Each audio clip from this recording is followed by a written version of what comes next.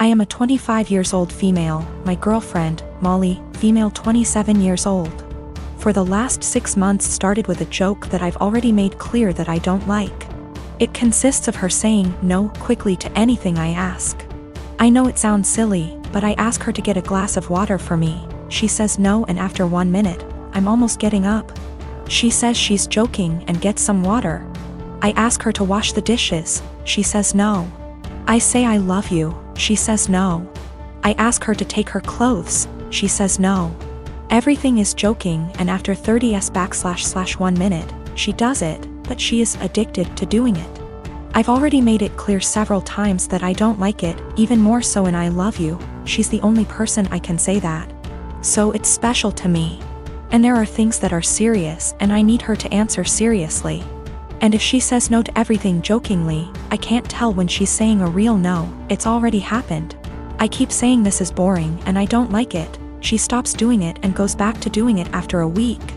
After a brief discussion because she played this prank in front of our friends, me asking, "Love, can you get me some medicine?" And she, with no kidding, she stopped doing it for 1 month. Yesterday, we welcomed my parents, in-laws, and our 2 best friends to our house. Everyone knew that I was going to propose to her, and I called them, because we always plan this proposal with our loved ones attending, participating in this special day. I asked her to marry me, and she said a quick no, and I was so grumpy //panic //upset. Everyone looking in shock, for 30s for her to laugh and say she was joking, finally saying yes. I was so embarrassed and disappointed. I put the ring box back in and said I'd take it out to cool off. I didn't even let her say anything. She kept texting me, no answering calls, saying it was just a joke and that I knew she always did that. She said that I left in difficult situation in the house because it was very clear that I had given up on propose, and did in front of my parents and in-laws. She stressed that I was making the situation uncomfortable because of a silly joke. Well, I slept in a hotel and I'm still in it. My parents supported me, but my in-laws calling me for giving up on proposing, disproportionately humiliating their daughter. I just really think there's time for jokes, and that moment wasn't clearly. She knew I didn't like it and decided to do it anyway. I have been with my partner for 7 years. We initially met online, and after meeting in person a few times, and realizing our affection for one another, we found it promising to move in together. I moved from California to Pennsylvania to be with him throughout graduate school. All was seemingly well during this time. I have never really had any reason to not trust him. I encouraged him to very much so, to try his best to make friends, or to explore hobbies on his own outside of the various ones we share, because I have my own passions. And I found we connected most when we met in the middle through conversations about these passions, through the act of explaining or showcasing what we've taken in or learned. Throughout these 7 years, he has struggled with very low self-esteem. And though I don't necessarily think of myself as the pillar of self-love, the depth of mine doesn't reach the low perception of his self-value. Because of this, he has seen and stopped seeing both a counselor and a therapist, and has been on medication to help for the last 6 months. Things were seemingly well between us, and continued to be pretty fluid. We continued to share things, and take long walks, and were pretty open-ended about where we stood in the relationship. If one was feeling a bit of an ebb, the other would pick up more of a share, and vice versa. However, things took a bit of a dip about 2 days ago when I felt the ebb and asked him about it. Initially, he said there was really nothing wrong. And perhaps I was just feeling this way because with our schedules we haven't been able to see one another for long periods of time like we are used to, which is true. But the feeling continued to irk me, and when I asked about it a second time, he confessed to me. He had begun talking to another girl from another country via Instagram direct messages. And though things between she and him never crossed the boundaries of platonic friendship, he really loved the initial rush of someone asking him questions about his favorite movie, his favorite album, his favorite book. All things he and I already know very well about one another. I asked if he'd sent any selfies, or anything risque, and he said no, though I can't confirm, because he deleted the messages. A good deal of me believes him, because of how open he was about the initial conversations to begin with. We slept apart, and I just felt really confused the entire night. because I couldn't really resonate with wanting that sort of attention from someone else. If anything, his yearning for that type of attention sort of hurt. It felt like I wasn't doing enough or giving enough. The next morning, though I don't have an Instagram and am not on the app, I went to check his using the desktop version and found that posts where he once called me the love of his life, or a specific post with a gift I gave him that once said, "Greatest gift from the greatest girl," were still on his profile, but the words, "girlfriend" or "love of my life" were completed erased. With this realization, my confusion and hurt turned to very real heartache. I called him and asked if he had deleted these words from the specific posts, and with shame, he said yes, he did. When I asked why, he said it was because he just didn't want the attention from the girl asking him about himself to be disrupted if she found out he was in a long-term relationship. I guess this is where I asked the obvious and questioned why someone who is just asking about your favorite books, movies, etc. would be driven away by the fact that you have a girlfriend. And he said he didn't know why he did it, and that it was a massive mistake. At the risk of seeming toxic, and I will take full accountability for seeming so or being so, I asked him to please deactivate his Instagram for the time being while we sort through this, his Twitter as well. He did, and though I was feeling a bit of relief about that, I couldn't help but feel a bit saddened that he didn't choose to do that on his own for the benefit of our relationship. He had to wait for me to ask. Which again, just made me feel like such a toxic and controlling partner. Two things I always strive to be so far from. When he got home from work, we discussed everything at massive length, and he continued to swear up and down that these conversations pertained strictly to music, movies, and books, and he didn't have interest in her. Just interest in the initial rush of the attention he was receiving. We read a few articles, and he broke things down to me as his self-esteem has never been lower. Despite his career as a doctor being at a high, and his finances in order, he felt things with his music weren't taking off. And with that came a feeling that he wasn't special, and it was nice for someone to make him feel that way. I felt shame and asked him if I wasn't doing enough or giving enough to him to make him feel that way. He said, I defiantly was.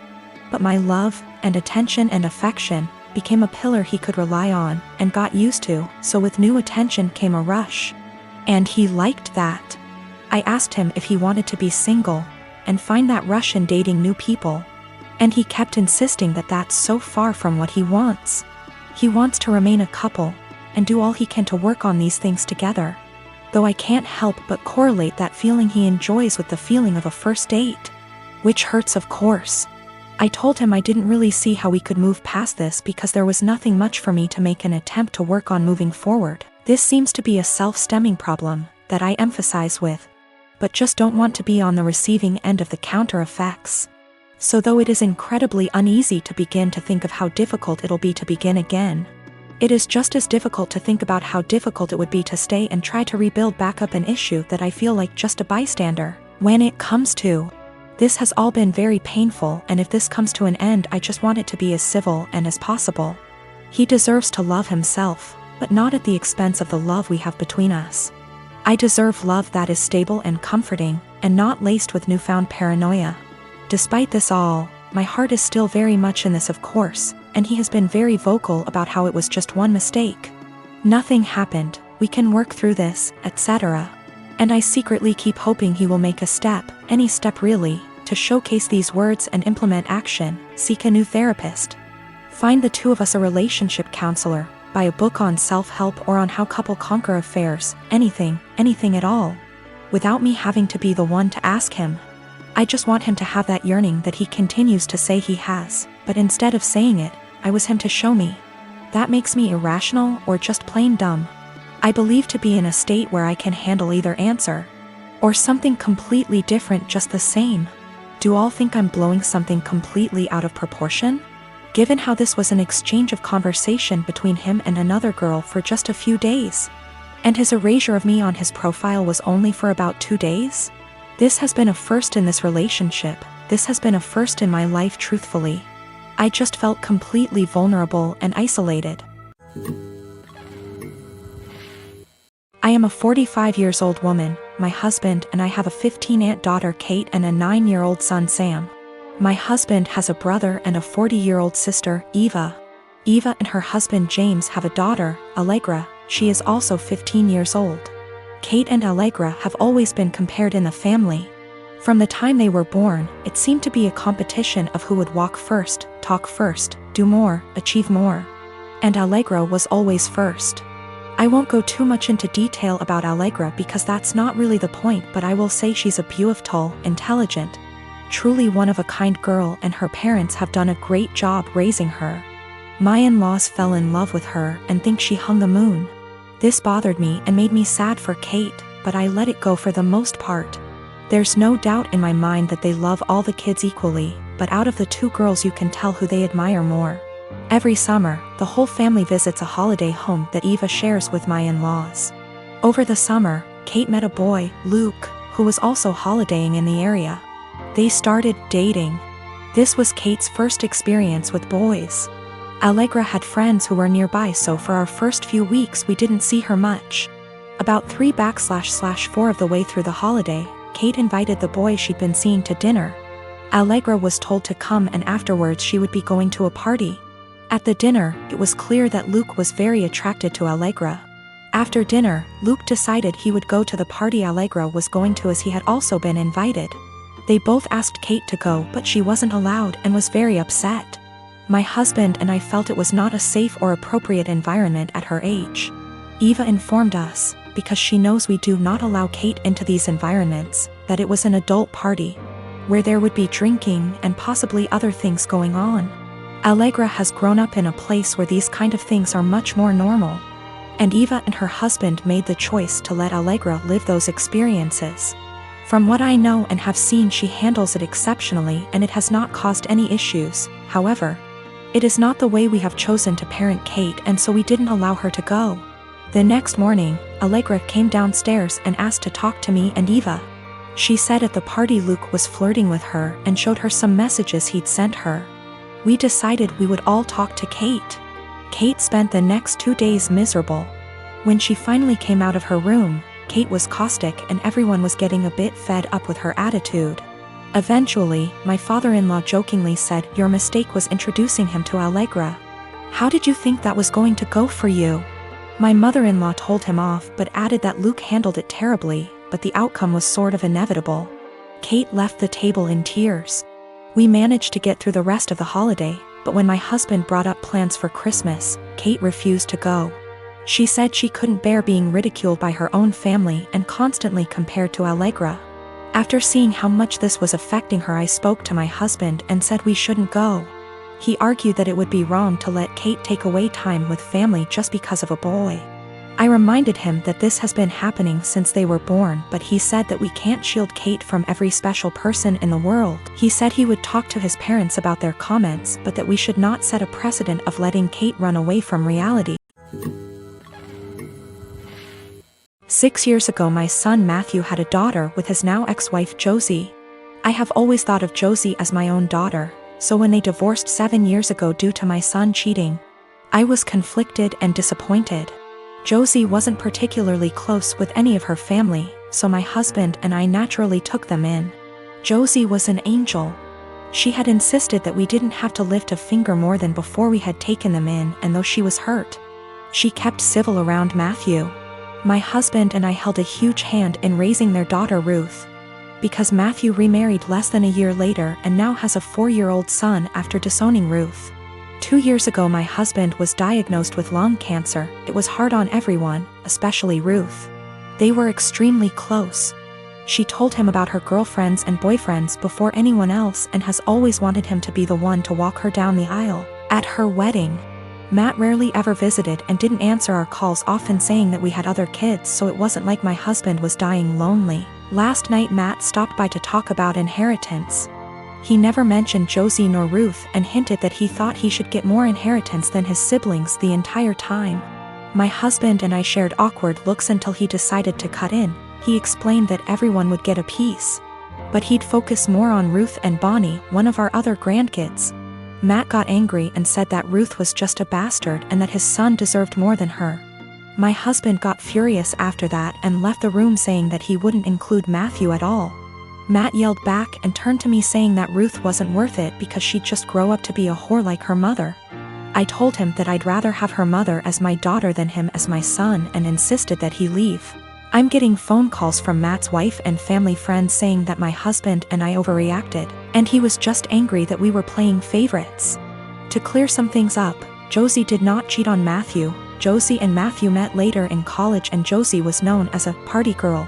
Before that, Ruth isn't the product of an affair, but we are planning on getting a DNA test because what Matthew said has gotten under Ruth's skin. She was at the house when this occurred and overheard it. When it came to taking in Josie and Ruth, we didn't hesitate because Josie is not from here. She and Matt lived in another country until he moved them here a few months before he got caught cheating, and they had nowhere else to go as Josie was a stay-at-home mom. I had no intentions of choosing Josie over Matt, then and now, and I never discouraged Matt from visiting. I tried to make it very clear that we weren't picking and choosing when we took Josie in. We just wanted her and our granddaughter to be safe and have a good home.